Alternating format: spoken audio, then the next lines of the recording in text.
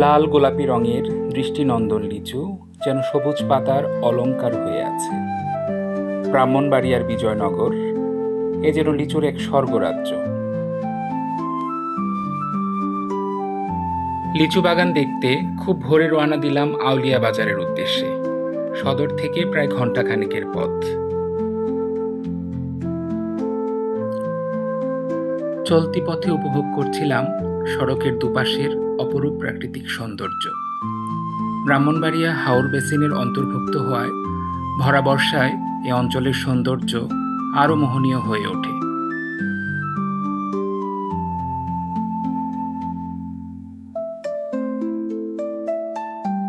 বিজয়নগরের বাণিজ্যিক লিচু চাষের ইতিহাস খুব বেশি পুরনো নয়। স্থানীয় কৃষি বিভাগ ও বিভিন্ন সংবাদ মাধ্যমের তথ্য অনুযায়ী ২০০২ সালকে বিজয়নগরের বাণিজ্যিক লিচু চাষের সূচনাকাল হিসেবে ধরা হয়।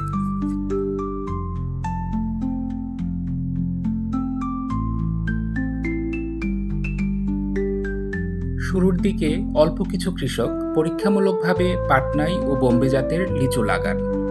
পরে দেখা যায় বিজয়নগরের লালচে উঁচু মাটি, তুলনামূলক কম জলাবদ্ধতা ও আবহাওয়া লিচু চাষের জন্য খুবই উপযোগী।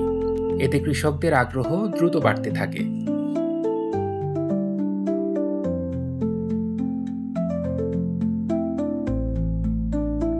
দেখতে দেখতে চলে এলাম আউলিয়া বাজারে। স্থানীয় কৃষকরা শেষ রাত থেকেই এখানে নানা রকম লিচুর পসরা সাজিয়ে বসে।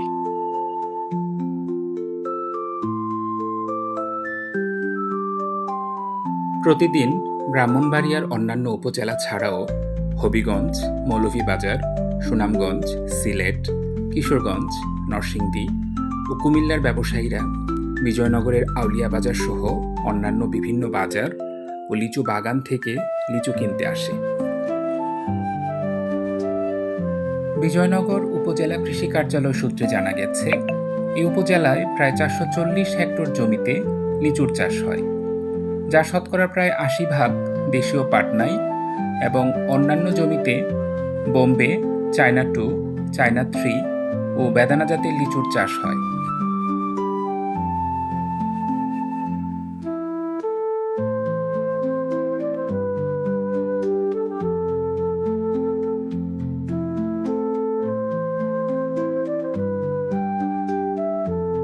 বেলা বাড়ার সঙ্গে সঙ্গে বেচা বিক্রি শেষে বাজার কিছুটা হালকা হয়ে যাচ্ছে, কিন্তু তারপরেও দু একজন কৃষক কিছুটা বিলম্বে বাজারে আসছেন তাদের পণ্য নিয়ে। লিচু বাজার ঘুরে সকালের নাস্তা সেরে নিলাম স্থানীয় একটি হোটেলে। কম তেলে ভাজা পরোটা, ডিম ভাজি আর গরুর খাঁটি দুধের রসগোল্লা। ক্ষুধা পেটে যেন অমৃত।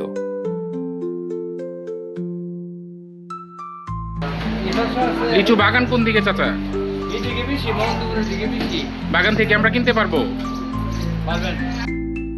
নাস্তা সেরে হোটেলে থাকা এক চাচার কাছ থেকে জেনে নিলাম লিচু বাগানে যাবার ঠিকানা ও সেখান থেকে সরাসরি আমরা লিচু কিনতে পারবো কিনা।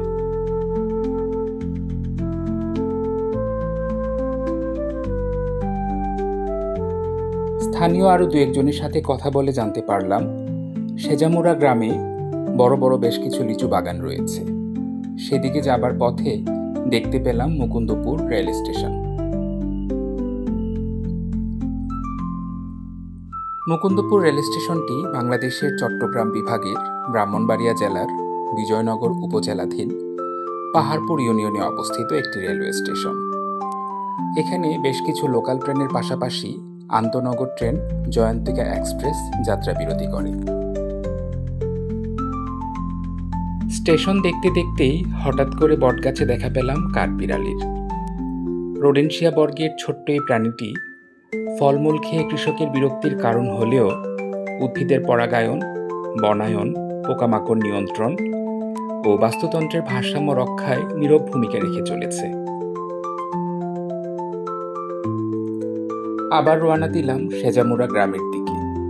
সেজামুড়া ছাড়াও এখানকার বিষ্ণুপুর, পাহাড়পুর, সিঙ্গারবিল, চম্পকনগর, হরসপুর, মুকুন্দপুর, নূরপুর, কাশিমপুর, কাঞ্চনপুর, মেরাসানি, আজমপুর, ছতুরপুর ও চান্দুরা গ্রামে লিচুর বাগান রয়েছে।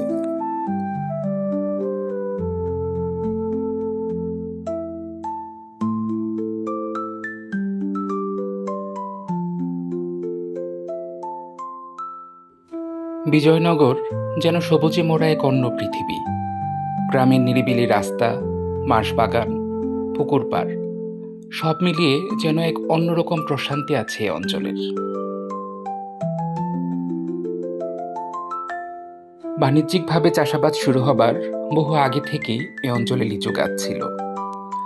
বাংলাদেশের যে কোনো গ্রামের বসতবাড়িতেই যেমন একটা আম, জাম, নারিকেল কিংবা কামরাঙ্গা গাছ থাকে, তেমনি করে বিজয়নগর অঞ্চলে প্রতিটি বাড়িতেই দু একটি লিচু গাছ ছিল।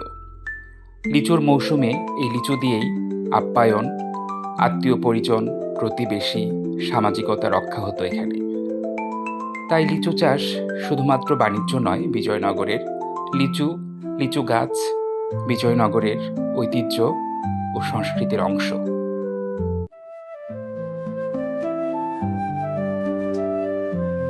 যতই সামনের দিকে এগুচ্ছিলাম ততই ঘন হয়ে আসছিল লিচু গাছ। দুপাশে সবুজ গাছ থেকে থোকায় থোকায় ঝুলেছিল লাল লাল লিচু। এরকম দৃশ্য সত্যি মনকে এক অনাবিল আনন্দ এনে দেয়।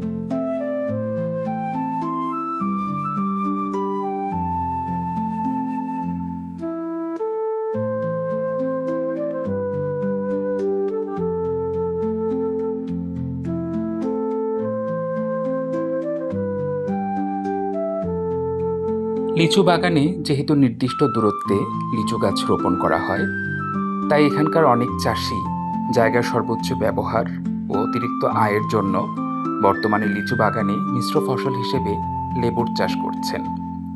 বিজয়নগর অঞ্চলে সাধারণত চায়না থ্রি, এলাচি এবং কাগজি এ তিন জাতের লেবুর চাষাবাদ হয়ে থাকে।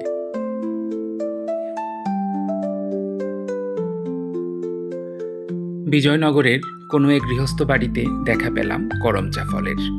অ্যাপোসাইনেসি পরিবারভুক্ত টক ফলের এই গাছটি বর্তমানে বাংলাদেশে বিলুপ্ত প্রায়।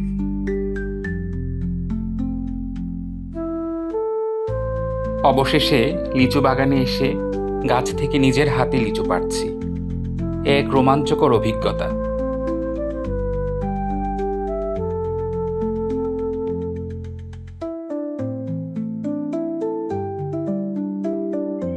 ভ্রমণ শেষে ফেরার সময় দেখা পেলাম বিজয়নগরের ট্র্যাডিশনাল মাটির ঘর। এমনই কোনো এক বাড়িতে হয়তো কোনো মা এই মৌসুমে এখনো লিচু খাননি, কারণ তার ছেলেটি এখনো কলেজের ছুটি নিয়ে ঢাকা থেকে বাড়ি ফেরেনি, অথবা তার মেয়েটি এখনো রয়ে গেছে শ্বশুর বাড়িতে।